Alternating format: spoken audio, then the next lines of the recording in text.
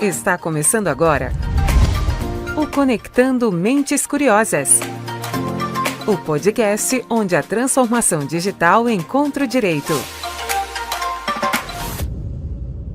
Chegamos para mais um Conectando Mentes Curiosas, o seu podcast sobre tecnologia, inovação e direito.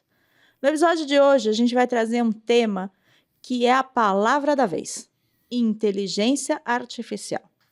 Se de um lado a corrida corporativa para inovar com a IA está mais acelerada que nunca, do outro lado a gente tem líderes mundiais estudando essa revolução e fomentando discussões sobre como regulamentar essa tecnologia. Mas por que é tão importante a gente ter uma regulamentação da inteligência artificial? E para responder essa pergunta e conversar comigo sobre esse cenário que se desenha no mundo, eu tenho aqui dois grandes estudiosos. A minha primeira mente curiosa é já um conhecido de vocês. Ele é um grande estudioso do direito digital, é pós-graduado pela UFRJ e é pesquisador do LAPIM, o Laboratório de Políticas Públicas e Internet.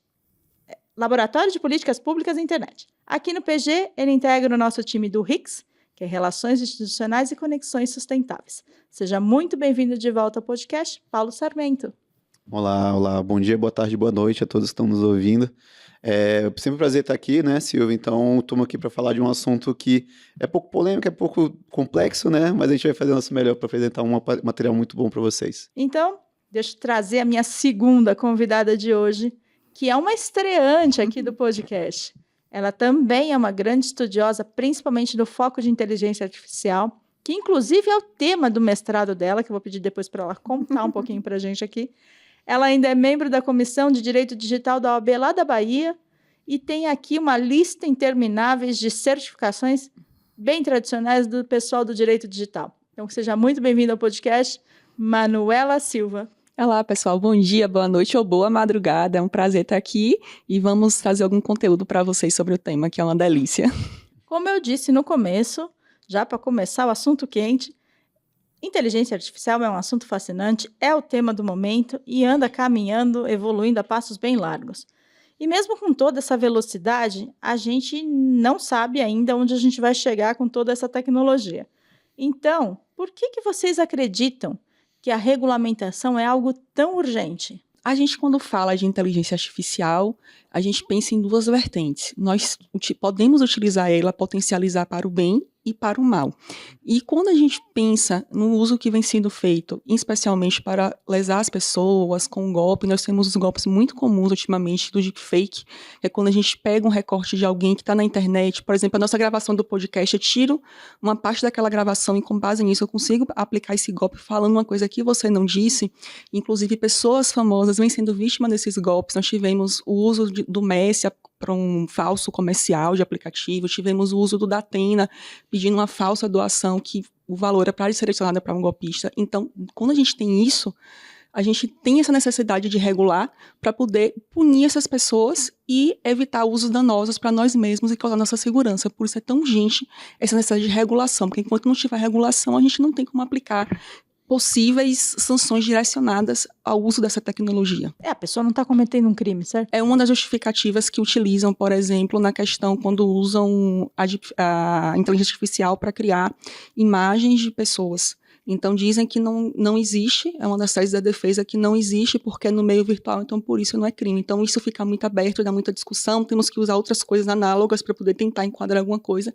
E por isso, essa necessidade, porque as coisas que acontecem no mundo físico acabam vindo para o mundo virtual e como existem regras para o mundo físico, a gente também precisa dessas regras para o mundo virtual. Então, por isso que eu acho que é importante. Complementando nessa questão, né, o uso de IA, né, para todo mundo, né? Isso daí até é chovendo molhado atualmente falar disso, que é disruptivo em diversos aspectos, né? Eu acho que ele muda a maneira como a gente lida com a própria tecnologia.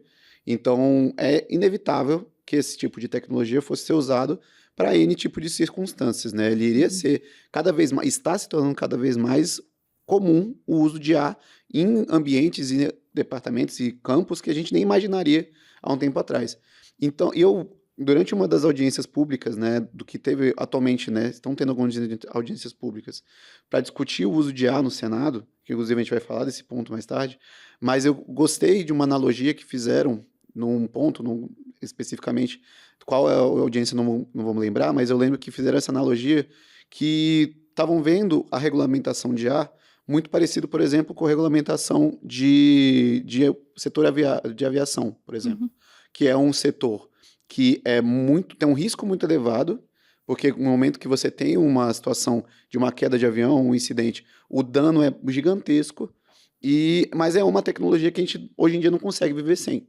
A gente não consegue substituir isso de maneira rápida, pelo menos, por um outro tipo de tecnologia. Então, a regulamentação de IA, ela vai muito nessa toada também. Então, é você reconhecer o ganho efetivo que essa tecnologia tem, mas, obviamente, também reconhecer o risco e também como o uso deletério, tudo que está envolvido, e toda a grandeza desse risco pode trazer também para o seu uso no dia a dia. A gente tem, já falando de regulamentação, a gente tem um marco, que é o projeto de lei da União Europeia, que já está numa fase aqui para entrar em vigor, certo? Queria que vocês explicassem um pouquinho melhor do que se trata. Ele nem chama projeto de lei, que eu sei, né? Já sei, já me corrigiram hoje aqui. Mas então explica aí. Bom, o projeto de lei, né, do texto normativo, né, da União Europeia para o uso de IA é o vulgo AI Act, né, o mais comum, né, o ato de IA, enfim, não tem um nome correto ainda definido para ele. O AI Act, de fato, ele é um regulamento que, vendo essas circunstâncias que a gente acabou de falar, né, os usos deletérios, o potencial de risco, ele busca analisar qual o risco atrelado a cada IA. E isso é um ponto muito importante, né? Acho que como qualquer nova tecnologia, acaba que a gente usa como se fosse tudo sinônimo. Tudo é IA, tudo é igual, tudo é IA, tudo é IA. Só que dentro do uso de IA, você tem diversas ferramentas que são usadas para funcionalidades diferentes. Às vezes você vai ter um uso de IA, suponhamos, para a seleção de um alimento, por exemplo, que não está bom para o consumo. Isso é um uso bem específico de uma IA para uma ferramenta. Da mesma maneira que a gente tem uma IA como o ChatGPT, que é uma IA generativa, que diz, né, que é uma IA que é usada para potencialmente tudo que diz respeito àquela finalidade, que no caso do ChatGPT seria para escrita. Então, como você consegue abranger um universo tão grande de situações, casos concretos, num texto normativo só? Então, o AI Act, ele analisa essas IAs de acordo com o risco relativo ao uso que ela pode trazer. E ela faz uma gradação de baixo, médio e alto risco, à medida dessa gravidade que foi evidenciada. E, obviamente, à medida desse risco, a consequência, né, então a salvaguarda atrelada a esse uso dessa IA vai ter que ser aumentado. Então, a gente tem IAs desde nível de risco baixo, que vão ter obviamente, vão ter algumas ferramentas, né, de governança, mas não são tão gravosas, não tão duras como das outras ferramentas, até ferramentas de uso de IA que tem um alto risco, que elas podem até ser proibido o seu uso, né? Tem alguns determinados finalidades, que o AI Act ele estabelece como uso proibido para o seu uso. Um deles, inclusive, né, obviamente eu não vou falar por todos, né, não vou passar por todos porque são vários, mas, por exemplo, utilização de mensagem subliminar, manipulativa ou para confundir o usuário, para distorcer comportamento ou alterar a informação. Então, essa é uma forma que é proibida pelo uso do AI Act. Mas, enfim, o uso de score social também é uma forma que, pelo AI Act, também está proibido. Então, essa gradação ela é interessante justamente por conta disso. Ela vê casos e não tenta rotular de imediato, falar isso, salvo no alto risco, né? Mas ela vai utilizar uma régua e essa régua vai ser o que vai definir qual que é o nível de governança que, enfim, a empresa ou quem quer que seja tem que atrelar essa ferramenta. Nesse caso, também um ponto interessante, que é até uma discussão que a gente já fazia em relação às câmeras que reconhecem a emoção. Por exemplo, você passa em algum prédio para entrar e tiram sua foto, ou você passa na catraca e tem um reconhecimento facial. Algumas dessas câmeras, elas tem uma tecnologia que faz um reconhecimento de emoção. Então, você nem imagina, você está triste naquele dia, quando passou pela câmera, você pensou que apenas estava entrando no ambiente. Não. Aquela câmera registrou que naquele dia você estava triste, ou que você estava depressiva, ou que você estava alegre. Então, esse tipo de coisa a gente discutia do ponto de vista da ética, porque não era ilegal. Então, isso é ético, a gente fazer essa coleta de informação. E uma das proibições que o AI Act trouxe foi justamente isso, a captação dessas emoções. Isso está proibido no regulamento. Então, algumas escolas utilizam essa tecnologia e também alguns ambientes, quando tem um acesso ou controle dos colaboradores, também fazem essa coleta. E isso já é um ponto que foi batido o martelo, que é proibido, de acordo com essa legislação. Então, isso já deixa de novidade, né, que vai ter que fazer alguns ajustes nas empresas em relação a quem usa essa tecnologia. Antes de eu entrar no próximo ponto, que vocês já tocaram um pouco, que é a questão de como as empresas acreditam e vão ser impactadas com isso, eu sei que na nossa conversa prévia aqui do podcast, a gente teve uma informação de quando efetivamente a gente pode vir a ter essa legislação vigorando lá na Europa. Certo, Manu? Certo, a gente conseguiu a informação hoje, fresquinha, um bom spoiler para nossos ouvintes, que os juristas que estão analisando, fazendo essa revisão após a aprovação pelos eurodeputados, estão quase concluindo o trabalho. Só vou pescar aqui a data. Então, a votação definitiva no plenário está para ser na próxima semana, entre o dia 15 e 22 de abril. Então, está na porta. Então, é isso, gente. Já final de abril, a gente deve ter aí alguma coisa já bem encaminhada, e por conta disso eu vou já trazer a minha próxima questão, é que como isso afeta as empresas? E quais são as mudanças que vocês acreditam que as companhias vão ter que fazer diante desse novo regulamento? Olha, a gente acredita que vai ser um efeito muito parecido com o que teve com a GDPR, que as empresas, mesmo aqui no Brasil, precisaram fazer adequações para continuar tratando e fazendo transações comerciais com as empresas na Europa.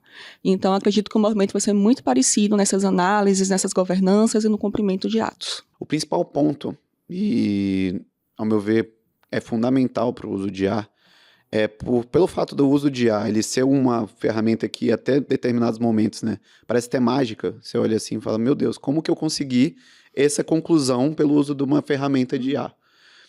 O principal ponto que tem que ser apresentado, e as empresas vão ter que se atentar a isso, é a questão da transparência.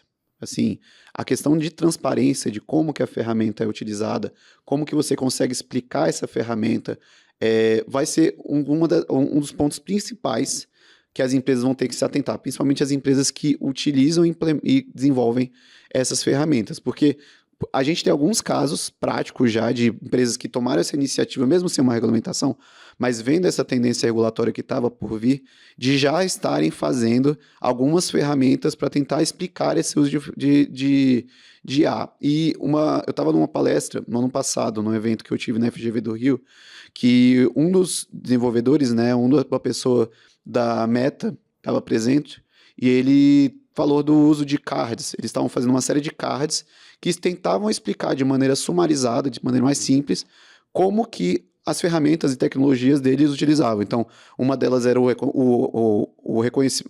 a identificação, a indicação de conteúdo. Então, quando você está rolando no feed, por exemplo, do Instagram, tem um card falando como que é feito o uso da ferramenta de IA para te recomendar conteúdos que são mais concernentes e dizem respeito a você. Aí você tem N outras ferramentas que também têm cards explicativos. E uma das grandes dificuldades, e por isso que eu acho que esse case, por exemplo, é muito interessante, porque a IA, e essa analogia eu não inventei, eu também estou roubando da fala desse membro do Meta, ele fala como a IA ele é uma orquestra, uma orquestra sinfônica. Que assim, as coisas, né, não são uma decisão que acontece dentro da IA, são várias decisões que estão sendo feitas em cadeia, que no final das contas, essas decisões geram o resultado final que a gente está vendo. Então, às vezes, é muito difícil você explicar para uma pessoa, se você botar o código-fonte, por exemplo, ela vai olhar, cara, como que eu faço com isso? Se você olha aquilo tudo acontecendo, você vê imagina que é mágica.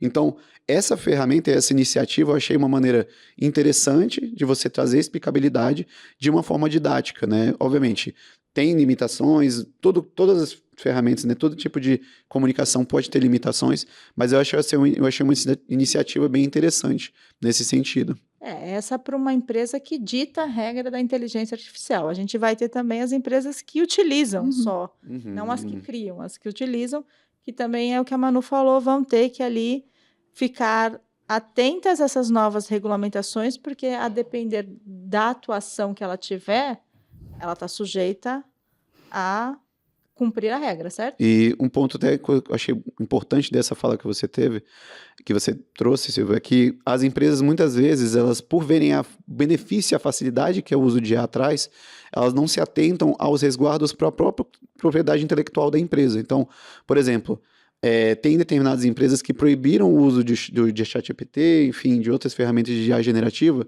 porque elas não sabiam como que esses dados, que muitas vezes podem ser dados de propriedade intelectual protegido por lei, são introduzidos nessa ferramenta e eles podem, inclusive, ser usados para treinar essa ferramenta. Então, acaba que você quebra o sigilo, você aumenta a exposição desse tipo de informação. Então, por conta dessa cautela, né, essa falta de certeza nesse sentido, tem determinadas empresas que simplesmente proibiram, falam, não vai ter uso dessa ferramenta aqui, até a gente ter mais transparência, até entender melhor como essa ferramenta funciona. Então, eu acho que, olhando para as empresas que utilizam, não as que desenvolvem, essa questão de você ter políticas bem estabelecidas de como que deve ser feita a utilização dessa IA, é muito parecida, inclusive, que como a própria Manuela falou, da GDPR. Quando você saber ter políticas, treinamento, entendimento de como a ferramenta de IA tem que ser melhor utilizada, quando não poder utilizar, esse tipo de decisão, né, esse tipo de iniciativa, é muito importante que as empresas comecem a pensar, olhar com melhores olhos, porque, eventualmente, como bem dito por Manuela, aqui no Brasil, algum momento também vai chegar. É o efeito Bruxelas, né? Então, as decisões que são feitas na Europa, eventualmente, elas chegam aqui de cascata, né? E agora a gente falou um pouco do impacto nas corporações, enfim, no mundo corporativo. Mas como que vocês acham que este novo regulamento vai mudar os rumos da inteligência artificial nos restantes dos países do mundo? O principal efeito que eu vejo é justamente esse ponto que eu falei agora, né? Que é o efeito Bruxelas, que é basicamente, né, as decisões que são tomadas, né, as leis que são adotadas no Parlamento Europeu, né, na União Europeia, elas acabam tomando efeito indireto, digamos assim, não é uma coisa vinculante, porque quem é uma empresa que opera na Europa, ela vai usar como parâmetro a legislação e os parâmetros que estão postos na União Europeia. E a União Europeia, ela tem um critério, isso aconteceu também com a GDPR, muito interessante de territorialidade, porque não necessariamente a empresa tem que estar localizada fisicamente na Europa para ter que seguir os padrões da GDPR e também o AI Act. Se for uma empresa de fora da Europa, mas que fornece produtos para cidadãos europeus, ela vai ter que fazer essa venda de acordo com o AI Act. Então esse é o primeiro ponto. Toda empresa que busca fazer negócios, fazer iniciativas de IA que vão estar voltadas para o cidadão europeu, ele vai ter que ter conhecimento, ele vai ter que fazer de acordo com o AI Act. E agora, voltando para a questão do efeito Bruxelas, as empresas grandes que estão na Europa, por já estarem adotando o AI Act, elas só vão fechar negócio com empresas de outros países que também tenham pelo menos um parâmetro e um padrão de segurança e de conformidade de acordo com o que ele já tem na Europa, porque a transição e o fluxo tem que estar de acordo, né? Tem que estar consoante. Porque, enfim, acaba que as empresas grandes, de maneira de cascata, vão fazendo que as empresas menores vão adotando esses padrões e técnicas que são utilizados na União Europeia. Falamos dos países, falamos das corporações e falando de Brasil. O Senado, eu vi recentemente que o Senado promoveu um debate lá no canal deles do YouTube para tratar desse assunto, mas a gente ainda não tem uma regulamentação de IA no Brasil. Temos? Temos vários projetos de lei em discussão, mas até o momento não foram aprovados. Só que, eu sempre como um bom advogado, né? É sempre mas... Porém, quando eu ouço uma pergunta como essa, né, não temos um regulamento de IA no Brasil. Depende. Depende de que a gente está falando como regulamento geral de IA. De fato, o regulamento geral não existe. A gente não tem, inclusive, a gente tem, como a Manuela comentou, a gente tem uma série de projetos de lei que estão sendo discutidos tanto no Senado quanto no Congresso. São 46, tá? Aí, ó. Aqui temos informação, 46 projetos de lei. E, muito provavelmente, cada dia aumentar, né? Porque cada vez mais, quanto mais o assunto fica na moda, a gente sabe como é que o legislativo no Brasil funciona. A gente vê que cada vez mais vão aparecer mais projetos de lei, mas quando a gente vai olhar para os setores da economia, então, ao invés de você olhar para o parlamento, a gente vê de maneira setorial, a gente já está vendo que nessa vácuo, né, nessa ausência de uma regulamentação, alguém tem que se manifestar. E esses setores estão se manifestando. Então, a gente já tem algumas normas setoriais focadas em uso de IA. A gente tem a norma da Anatel, que é focada na regulamentação de uso de IA. A gente já tem alguma, obviamente, para o setor, né, de telecomunicações, mas a gente também, por exemplo, tem tribunais que estão analisando como que você, dentro das decisões judiciais, pode ser feito o uso de IA. Então, você bota regramentos, que é justamente isso que a gente falou agora, né? Estabelecer regras para o uso de IA internamente. O que eu posso fazer, o que eu não posso fazer, justamente pensando nesse risco. Aqui, a gente está falando de um caso, esse caso específico de uso de IA para decisões judiciais, muito danoso, o risco é muito alto. Então, eles estabelecem regras justamente para evitar esse tipo de situação. E também, a gente já vê em situações mais extremadas, como, por exemplo, a gente teve a decisão do Tribunal Superior Eleitoral, que ele tomou por decisão que ficar proibido, né, o uso de deepfake, por exemplo, em campanha eleitoral. Não pode ser feito uso de deepfake em campanha eleitoral. O candidato poderia ser cassado se utilizar. Exatamente. É um motivo de cassação.